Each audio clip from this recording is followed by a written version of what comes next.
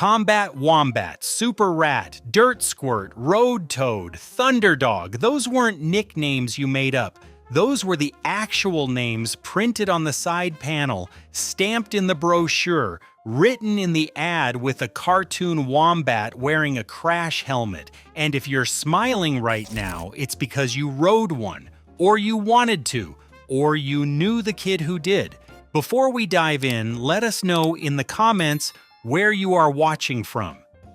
You were 14, maybe 15. You'd outgrown the minibike, the Rupp, or the Taco, or whatever your dad had bought you 2 years ago, the one with the 3.5 horsepower lawnmower engine that topped out at 25 anymore. You wanted more speed, more range, more gears. You wanted a real motorcycle, not a toy with an engine bolted to a frame. A motorcycle with a clutch and a gearbox and a throttle that responded like it meant it. But you were 15. You didn't have a job. You didn't have credit. You had a paper route and a birthday coming up and maybe $150 in a shoebox under your bed. And then you saw the ad in the back of a motorcycle magazine, or pinned to the corkboard at the dealer, or in a catalog that someone left on the counter at the hardware store. A Hodaka Ace 90, $379, street legal, trail ready, 4 gears, chrome tank that caught the light like a mirror on a sunny day. And $379 was not $1,000. $379 was not out of reach. $379 was the paper route plus Christmas plus your birthday plus every lawn you could mow and every garage you could sweep and every car you could wash between now and June. $379 was 40 lawns at $8 each, or 126 newspaper deliveries at $3 each. Or one long summer of saying no to ice cream and movies and the county fair and everything else your friends were spending money on while you were saving for the only thing that mattered. $379 was the difference between wanting and having, and for the first time in your life, you could close that gap yourself. Not your dad's money, not a gift, your money, your bike, your decision. The day you brought it home was the day you stopped being a kid and started being something else, something you didn't have a word for yet. You pushed it off the truck or rode it home from the dealer, wobbling probably, because a clutch is harder than a throttle and a gearbox is harder than a centrifugal clutch. And the whole thing weighed 155 pounds, which isn't much, until you're trying to hold it upright at a stop sign for the first time with both feet barely touching the ground and your heart beating so hard you can feel it in your teeth. But you made it home. You killed the engine in the driveway, you put the kickstand down, and you stood there looking at it the way your father looked at his car when he washed it on Sundays, not at the machine but at what the machine meant. You had earned this, not been given it. Earned it. Every dollar in that shoebox was a lawn mowed or a paper delivered or a birthday endured without spending a cent. And now it sat in your driveway, ticking quietly as the engine cooled, and it was the most beautiful thing you had ever seen. It meant you could go anywhere, not the 3-block radius of a mini bike on a dirt trail, anywhere. The Hodaka was street legal. You could ride it to the store, you could ride it to your friend's house across town, you could ride it to the lake where the older kids went swimming, you could ride it out of town, down the county road, past the farms, past the water tower, past the last house, to the place where the pavement ended and the dirt began, and the world opened up like a door that had been locked your entire life, and someone had finally handed you the key. Except you hadn't been handed anything. You had bought the key yourself. The chrome tank, they called it the toaster tank because that's what it looked like, a sideways chrome toaster, was the first thing you saw every morning when you walked into the garage. It caught the light from the window and threw it back at you. The bike was never truly clean because you rode it in dirt, but the tank was always polished. Because the tank was the face of the thing and you wanted it to look right, you wiped it down with an old t-shirt before every ride. Your father noticed, he didn't say anything, but he noticed.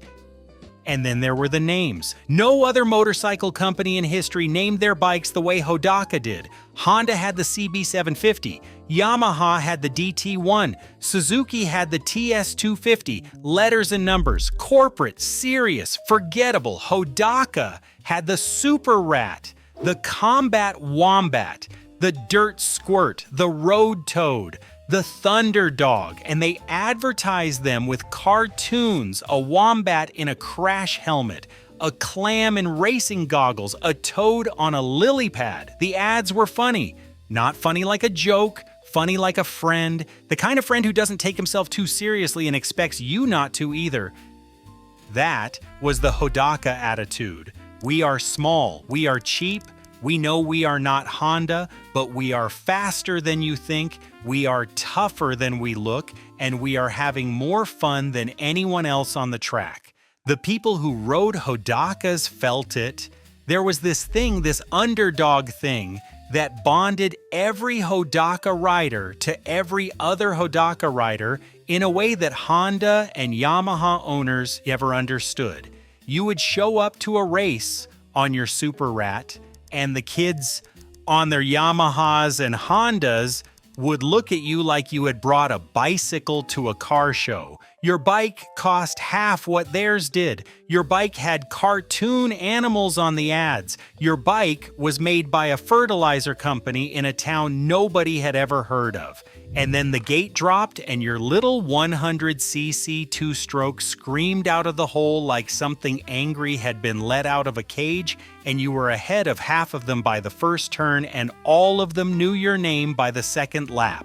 You could win races on a Super Rat right out of the box. That was not a slogan. That was a fact. Hodaka sold twice as many Super Rats in 1970 as Honda sold CR250s 3 decades later. And it was a fact because the people who designed the Hodaka were not engineers in a corporate office tower. They were riders, actual dirt under their fingernails riders who tested their bikes on the trails around a tiny town in Oregon and kept riding until everything that was wrong had been fixed and everything that was right had been made better. That tiny town was Athena. Population 1,000, the kind of place where everyone knows your name and your dog's name and what you had for dinner last Tuesday, and the story of how Athena, Oregon, became the birthplace of one of the most beloved motorcycle brands in American history is the kind of story that could only happen in America. It started with fertilizer. A company called Farm Chemicals of Oregon distributed agricultural products across the Pacific Northwest. In the early 60s, worried about losing government subsidies, they created a side business called Pavement, Pacific Basin Trading Company, to import Japanese goods. They started with motorcycles from a company called Yamaguchi. Small bikes sold well. Then Yamaguchi went bankrupt in 1963 and Pavement was left with 480 dealers and nothing to sell them. What happened next is the part that sounds made up but isn't. A man named Hank Kwepke, Pavment's general manager, a motorcycle rider to his bones, and a retired Harley-Davidson dealer named Ad Schwartz sat down at the Green Lantern Tavern with a couple of drinks and started sketching a motorcycle on a bar napkin.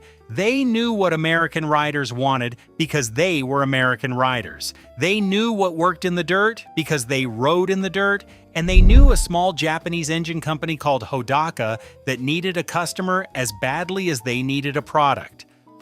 Pavement would design the bikes. Hodaka would build them. The first one, the Ace 90, with its chrome toaster tank and its street-legal headlight and its ability to go anywhere you pointed it, shipped in June of 1964. 759 bikes. They sold every one of them. Within 4 years, they'd sold 17,000. Within 8 years, they were selling 15,000 a year. 150,000 Hodakas in 15 years, all designed by a handful of guys in a town where the nearest city was a 3-hour drive and the nearest freeway was an hour away. And the service manager, a man named Harry Taylor, whose main job was ordering spark plugs and answering tech questions on the phone, won the 100cc class at Daytona in 1968 on a Hodaka. The parts guy won Daytona. That tells you everything you need to know about what kind of company this was. And then in 1973, an American named Jim Pomeroy lined up at the starting gate of the Portugal Motocross Grand Prix on a Hodaka and won. The first American ever to win a European Motocross Grand Prix on a bike designed in a bar in Athena, Oregon. But none of it mattered to Shell Oil. In 1965, Shell Chemical had bought Farm Chemicals of Oregon, and with that purchase, they inherited Pay-Batco. They inherited the dealers. They inherited the designers. They inherited the weird little motorcycle company that named its bikes after rodents and amphibians and designed them at a tavern. And Shell watched it all with what one writer described as detached amusement. As long as it made money, they left it alone. The moment it stopped making money, they killed it. The late 70s hit Hodaka from every direction. The dollar collapsed against the yen, making Japanese production more expensive. Honda and Yamaha and Suzuki and Kawasaki, companies with engineering budgets larger than Pay-Batco's entire revenue, poured money into bikes that made the Hodaka look like a relic. The market shifted from small trail bikes to big road machines, and Shell, the oil company that had never understood why a fertilizer subsidiary was building motorcycles in the first place, decided it was time to get bigger or get out. They offered to buy the Hodaka factory in Japan. Hodaka refused. Shell pulled the plug. Just like that. No negotiation, no restructuring, no attempt to find a buyer who actually cared about motorcycles. An oil company that had stumbled into the motorcycle business through a chain of acquisitions it never intended decided that 150,000 bikes and 15 years of history and 480 dealers in a town that had built its identity around the rumble of two-stroke engines on Saturday mornings wasn't worth the trouble. 1978. Pay-Batco closed. The tooling was sold to a Korean company called Daelim. The dealers got a letter. The engineers went home. The mechanics who had built and tested every prototype on the trails outside town cleaned out their lockers. And in Athena, Oregon, population 1,000, the lights went out in the building where a man named Hank Kepke had once sketched a motorcycle on a napkin after his second drink and changed the lives of 150,000 riders who never knew his name. But here is what Shell didn't kill, what no oil company and no spreadsheet and no corporate memo can ever kill. Every year, in the last week of June, hundreds of men ride into Athena on Hodakas that are 40 and 50 years old. They come from every state. They come on trailers and in vans, and some of them ride the bikes themselves, 1,000 miles, sometimes more, on machines that were built before their grandchildren were born. They camp in the fields around town. They ride the same trails that Hank and Ad tested the prototypes on 60 years ago. They swap parts in parking lots, a chrome fender here, a carburetor there, a piston ring that someone found in a box in a barn in Montana and brought to Athena because he knew someone there would need it. They tell stories. The same stories probably that they told last year and the year before. The Super Rat they bought for $400 in 1971, the race they won on it, the crash they survived, the girl who sat on the back once and never came back, the cop who pulled them over and then spent 10 minutes asking about the engine. Former Pay-Batco employees show up, designers, mechanics, the people who boxed the parts and loaded the trucks. They shake hands with the people who rode the bikes they built, and both sides get quiet for a second because what do you say to someone who made the thing that changed your life when you were 15 for 3 days? In a town of 1,000 people in northeastern Oregon, the Hodaka is alive again. The two-stroke smoke drifts through the streets, the sound echoes off the grain elevators, and men who are 65 and 70 and 75 throw a leg over a machine that weighs 155 pounds and tear off down a dirt trail with the same stupid grin they had when they were 15 and the world was made of mud and speed and nothing else mattered. 2,000 members in the Hodaka Club worldwide, restored super rats selling for $8,000, combat wombats going for $10,000. Hemmings called them blue chip investments. But the men who ride to Athena every June aren't investors. They're the boys who saved their paper route money and bought the cheapest real motorcycle in America and discovered that cheap didn't mean bad. That small didn't mean weak. That a bike with a cartoon wombat on the tank could beat a bike that cost twice as much if the rider wanted it badly enough. Combat Wombat, Super Rat, Dirt Squirt, Road Toad, Thunderdog, 5 names that sound like a punchline but felt like a promise.